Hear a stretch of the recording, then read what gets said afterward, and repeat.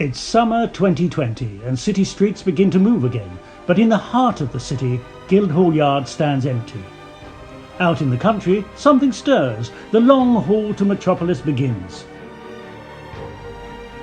Today we remember this was the way it was before lockdown. Busy streets, carts of old, by horse, by foot, by mechanical power, all came to be marked by the keeper.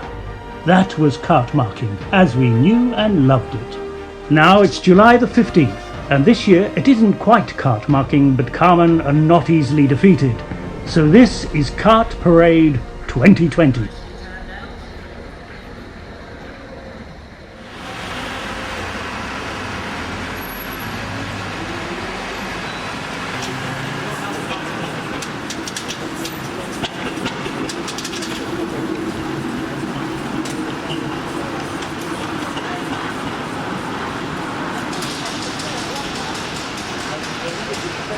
Streets are getting busy as vehicles begin to arrive. Catching up with old friends and refreshments, of course.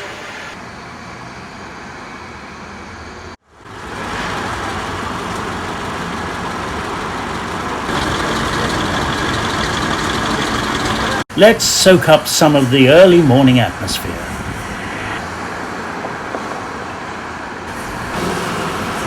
Horses have their nails done.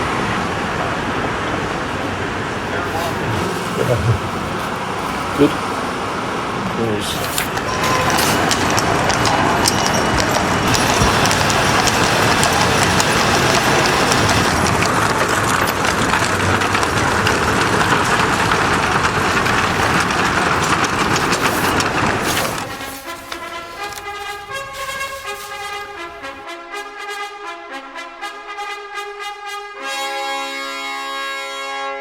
Pray silence for the Master, Colonel Simon Bennett. Good morning everyone and welcome to Cart Parade 2020. This is a year we may regret, but we certainly won't forget. When we last met in March for our awards banquet at the Mansion House, we were looking forward to meeting again in April for Foundations Day and our truly special Joint Services Award Night. And in the background to this, we were planning for the biggest get-together in the Carmen year, cart marking, in July. All sorts of problems were emerging when we were planning this event on behalf of the Corporation of the City of London, but these were being dealt with. Road closures, gas main repairs, unexpected costs, you name them. Just as we were seeing a way through, the country went into lockdown and Guildhall Yard had to be closed. Let's say this straight away. Next year, we will be back in the yard at Guildhall. Bigger, better, more accessible, with greater public viewing and engagement. Cart marking is second only to the Lord Mayor's show as a high-profile city event, with senior city figures, livery masters, wardens and many others actively seeking invitations. This year, the country may have been locked down, but its people have not been locked out of what they need, because its movers have shaken their fist at the virus and kept the wheels turning 24/7. We can be proud to be Carmen. Today, let's celebrate our heritage, maintain and sustain our good service. Carmen have shown yet again, as our forebears did, that our employment requires stout bodies and minds unheeding. We may not be able to meet, drink and be merry, or to mark our many carts, but we can still put on a great show. I'm truly delighted and privileged to also welcome the Right Honourable the Lord Mayor, Alderman William Russell.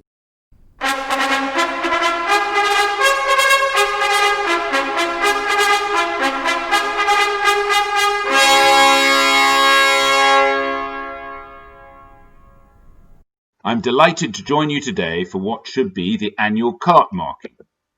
This year obviously is a little different, but despite the disruption, the Carmen have risen to the lockdown challenge with this evocative cart parade. Nevertheless, I'm very excited for when we can meet again in person. And now that I'm completing a second year in office, I will be sure to tend the real cart marking next year. Even so, it's truly wonderful to join you in spirit and film today. Just as the livery at large is the heart of the civic city, yours is the city's bloodstream through movement and mobility. Throughout the lockdown, Carmen have carried essential goods, delivered emergency supplies, supported the less able, and reached out wherever they were needed, and often well beyond. So today, as we salute vehicles old and new, and celebrate 500 years of vehicle marking, even if we can't brand any carts, I salute you all. Tomorrow we'll move forward together, in the words of your motto, Siti Cito Certe, with skill, speed and safety. Thank you.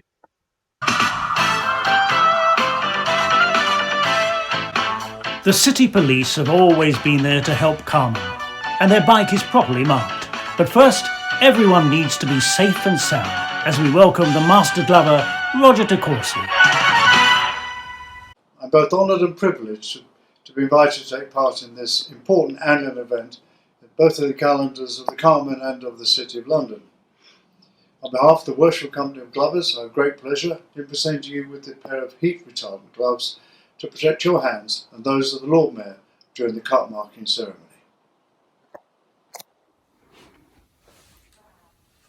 Thank you, Roger. I'm looking forward to using these, maybe not this year, but hopefully next year. Thanks again. Walking, riding, pushing or pedalling, here are the Barrow Boys and the Bikers, the 1920 Smithfield Bummeries handcart, and the Removers from Carter Paterson in 1910.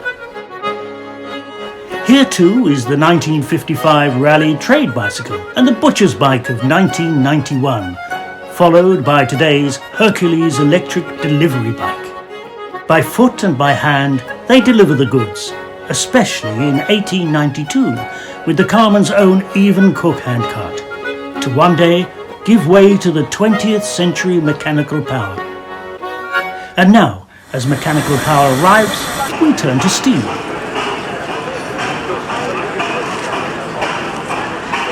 We do have steam. The engine is a Burrow 5 horse, it's 3-speed engine. The engine number is 3849 and called Marshall Foch. It was new to Frederick Payne and Red Bull, and he actually hired the engine from Burroughs. And the story goes that Mr. Payne didn't keep the payments up. So a man from Burroughs was sent to collect the engine. But Mr. Payne didn't want him to have the engine, so the night before he was taking it, he got him drunk. But in the morning when they all got up, the man from Burroughs and the engine was gone. The engine is, like I say, a 3-speed engine. You pick what gear you want to set off, you don't change gear on the move. And how it works is the fire sits up under there on fire bars, and the heat goes through the boiler. The water level is approximately there. And if you come around the front here, the heat comes up through the tubes, through there. The tubes are surrounded by water. When this door is shut, the smoke goes up the chimney, up there. And then the energy from the engine driving the crankshaft can be used to drive a flywheel around the other side. There's the flywheel. That flywheel then drives a belt, and that will drive this dynamo up here. And that will generate about 120 amps.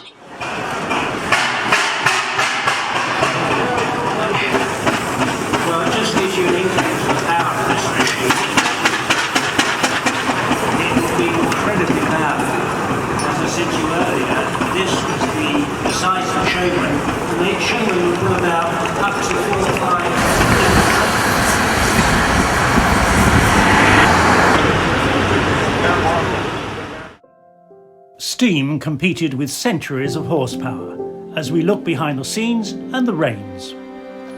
For Carmen did not invent the wheel, but they made it their own, not least with their green and sustainable cart of 1910, long since restored by the company and normally in daily summer service at the Ironbridge Gorge Museum, carrying visitors around shops and workshops of other trades and guilds.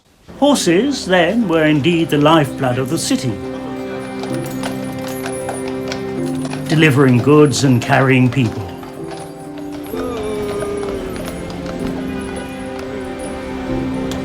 Street cleaning, movers and shakers, butchers and bakers, and gin makers.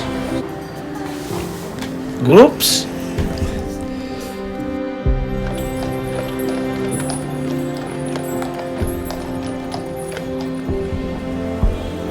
Then engines took power from horses.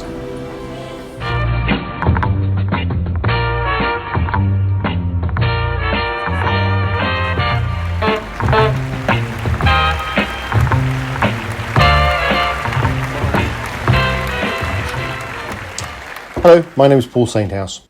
This is Route Master number RM1400, which was cart marked in 2019. It is in 1970s and 80s livery of white roundel and white band, as opposed to the gold lettering and cream band of the 1960s.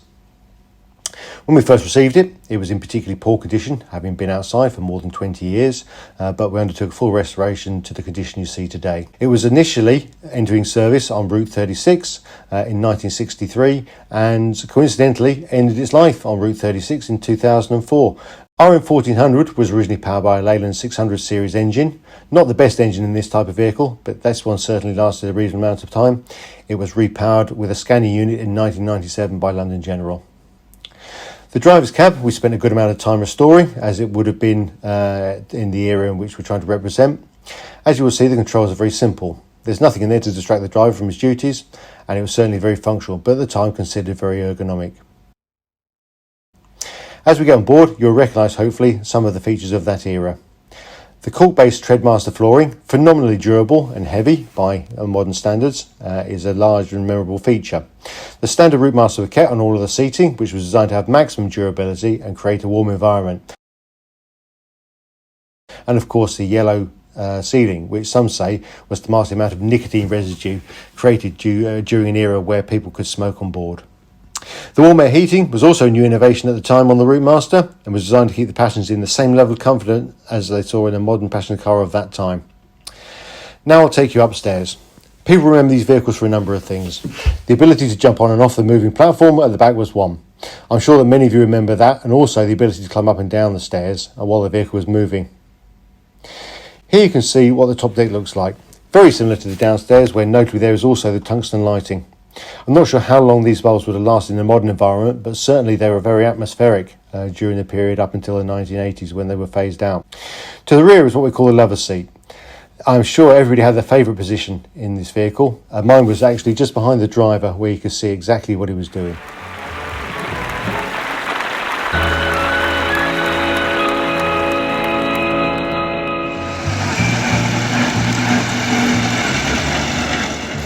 Here we have a 1936 Albion, made in Glasgow. When it came from the factory, it would come chassis and scuttle, so that would come from the factory, there's that scuttle on there. Then the cab was manufactured by somebody else, I can't tell you who, later stage. She was supplied originally to Bassett Sweet people in London, Woodbury in London, delivering around the home counties. They kept it for a number of years, and after that it went into showman's life. A company called Thurston's in Northampton, who used it throughout Great Britain, pulling up to 3 trailers. When she was new, Albion usually supplied petrol engines, but if you sort of said no, you wanted a diesel, and you're going to buy an ARF or another Leyland or whatever, got a diesel engine, Albion would put in a diesel engine, and this has got a 5LW Gardner engine, and absolutely reliable. As long as you've got a battery on her, you can start on the handle when she's hot, but when she's cold, you give in before the engine starts, I'm afraid. As I say, went to Thurston's, the fairground people, they used it pulling the waltz all throughout Great Britain until the 60s. It then just got parked up. I bought it in the late 70s in a derelict state. It had a box fan body on at the time. I lifted the box fan body off and that completely collapsed. As a haulage contractor, we never really ran box fans in that era, so I put a flat body on it and put it in our livery. Took a lot longer than I thought for. This is all wood panels covered by aluminium, but yeah, we're very pleased with it. And, speed-wise, 25 miles an hour is fine. 28 miles an hour, the cab's rattling and you're holding on for dear life.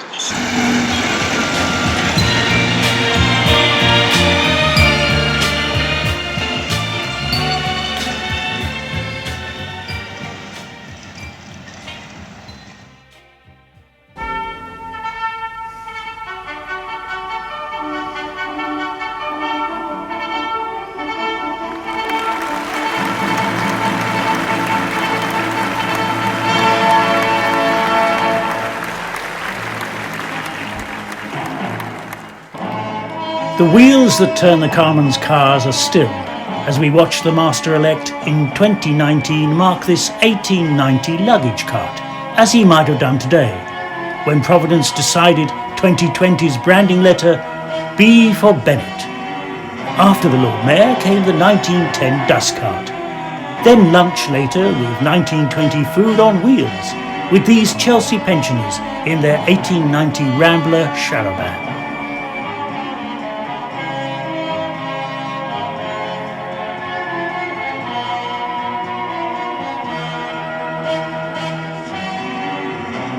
In 1890, goods came in a compact delivery van, while we went visiting in a governor's cart of 1898.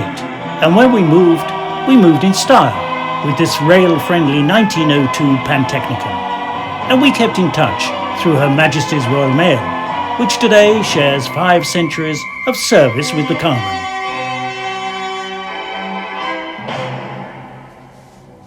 Today we travel fast on flyover and motorway.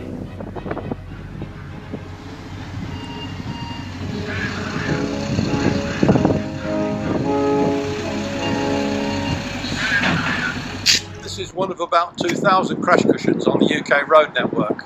Increasingly, you'll see these on the motorways, with guys laying cones from the side of the vehicle so that they are forming a moving taper or a roadblock. On smart motorways, you'll see crash cushions slowing down the traffic if there's an incident ahead. This kind of crash cushion has been in operation on UK motorways and main highways for about 15 years. But most recently, a major campaign is underway by Highways England to improve road worker safety. The organisation is now testing autonomous vehicles. The crew work off a lead vehicle laying cones, whilst a second driverless vehicle follows exactly in its tracks. The second vehicle mimics the lead vehicle, so it accelerates, brakes and steers in exactly the lead vehicle's path. The crash cushion is carried on the second vehicle, and in the event of a hit, all impact is on a vehicle with no operatives aboard. Off-road tests are now currently underway, and you will see these vehicles on UK motorway network very soon.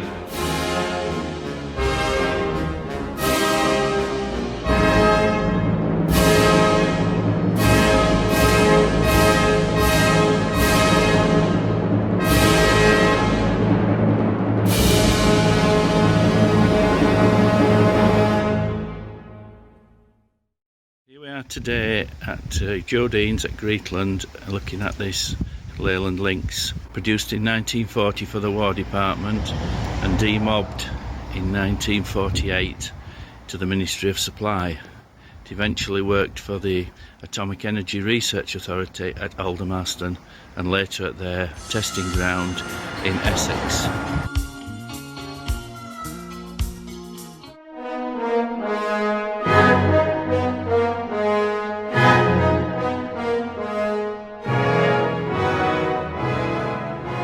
Oil has powered our trucks and buses, tippers and vans.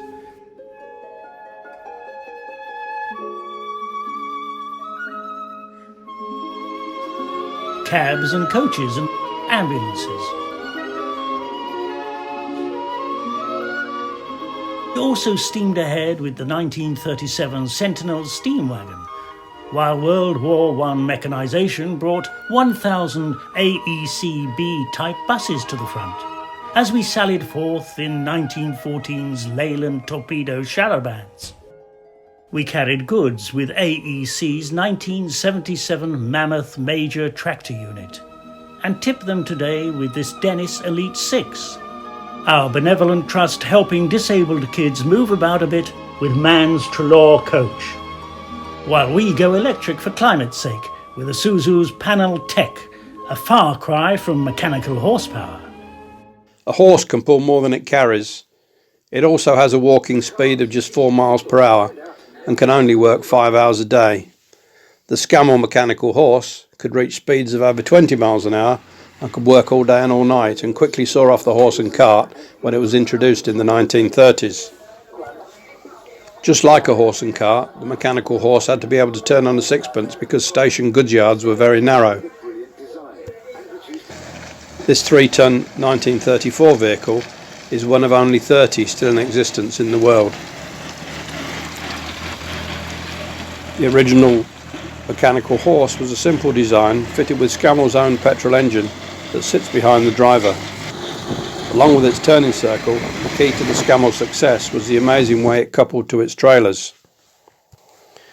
Scammell invented the automatic coupling, which meant that drivers could stay in the cab, simply reverse back to the trailer, wait for the clunk, and then drive off with the trailer attached. To remove the trailer, all they had to do was pull a lever. The trailer landing gear wheels would lower to the floor as it would detach. To start the vehicle, you needed to use the cranking handle, which gave the driver a little exercise. Hundreds were bought by railway companies and were used to take goods from factories to the railway station, where the goods were onward shipped across the country on steam trains. Another big market for these trucks were breweries, and they were used as drays to deliver beer to pubs and hotels. This particular vehicle is in the livery of the Northampton Brewery Company. It was originally restored in the 1980s but had fallen into disrepair. It was donated to the Rushden Historical Transport Society, who have put it back into its resplendent form.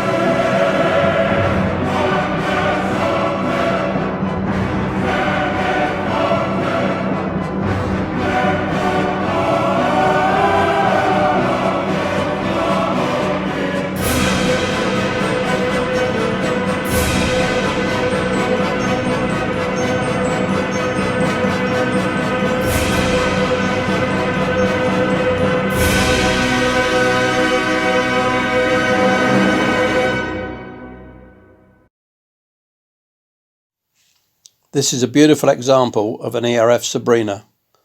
There were only 126 trucks made of this type, and what you see today is a pristine truck in as good a condition as when it originally came out of the factory.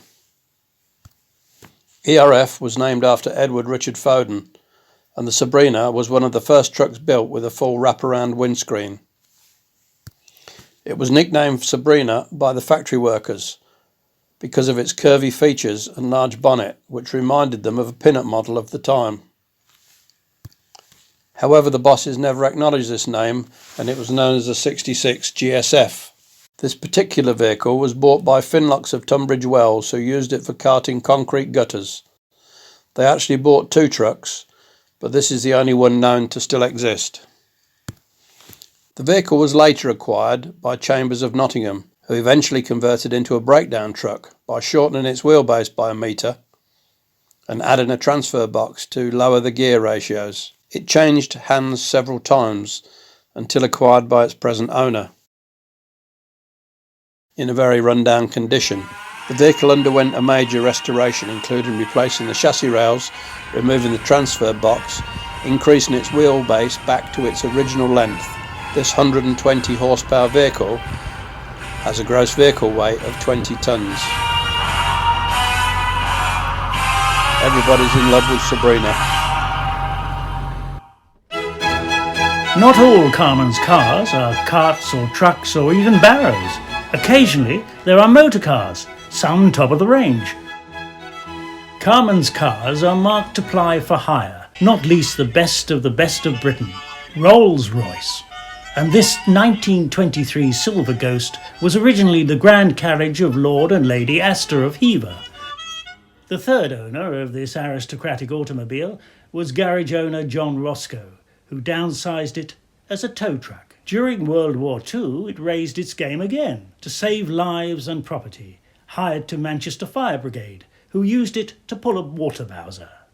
Then Edgar Schoen acquired it and lovingly restored it, hiring it out to ABC Television, where it reclaimed fame and fortune with Patrick Macnee as the debonair and elegant John Steed's special wheels in the 1960s television series The Avengers.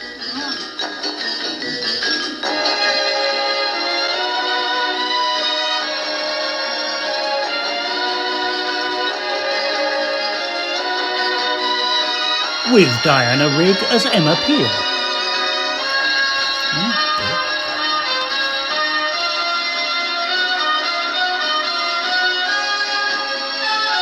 It was driven and used hard, and even had breakfast cooked on its engine.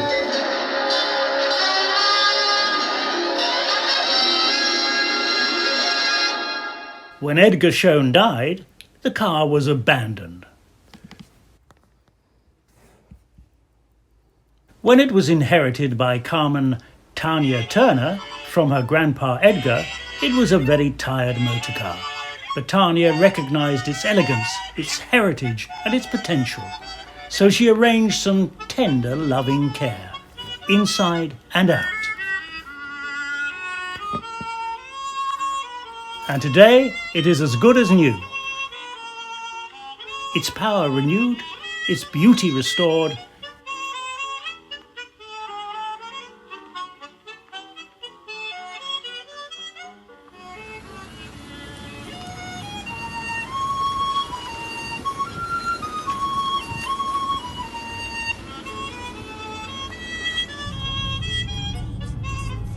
her son is its dedicated driver.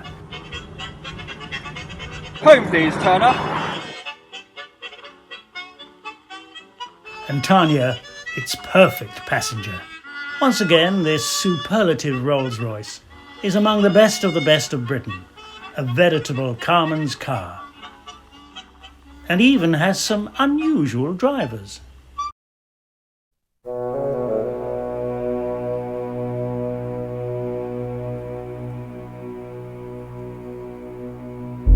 The hard work is done, and after another year, albeit virtually, pick up a glass, relax and join us. And let's not forget those pleasurable times dining in Guildhall.